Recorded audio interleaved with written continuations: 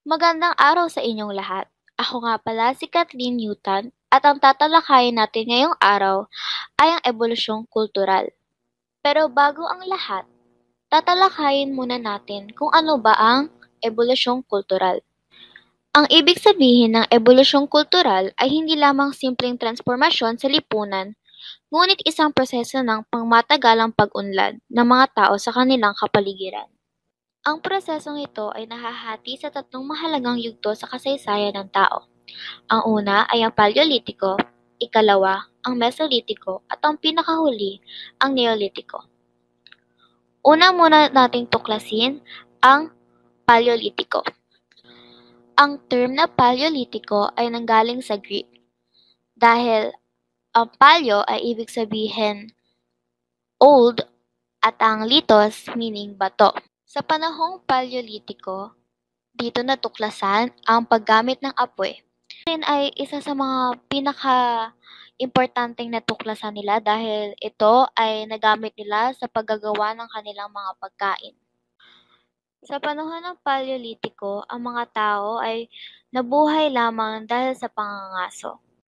Sa panahon ng Mesolitiko, madalas na tinatawag na Middle Old Stone Age dahil ang Mesos ay nangangahulugang gitna at ang Litos ay tumutukoy sa bato.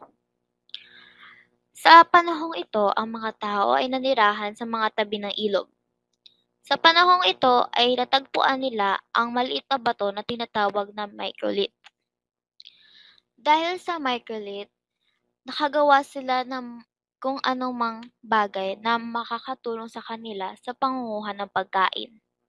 Ang panahon ng Mesolitiko ay minarkahan ng isang makabuluhang pag-unlad sa kasaysayan ng tao na ang mga tao ay nagsimulang magpakita ng higit na katalinuhan.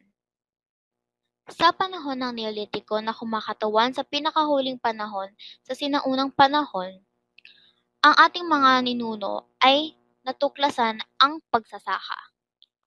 At kung noong nakaraan, pinamunuan nila ang isang nomadic na pamumuhay nang walang isang nakapirming tirahan, patuloy na lumilipat mula sa isang lugar patungo sa isa pa sa paghahanap ng pagkain at mga mapagkukunan. Ngunit sa pagdating ng panahon ng Neolitiko, isang mahalagang sandali sa kasaysayan ng tao, natuklasan nila ang konsepto ng permanenteng paninirahan, pagbuo ng mga organisadong komunidad at paglilinag ng lupain. At dun po nagtatapos ang ating video. Sana po kayo ay may natutunan.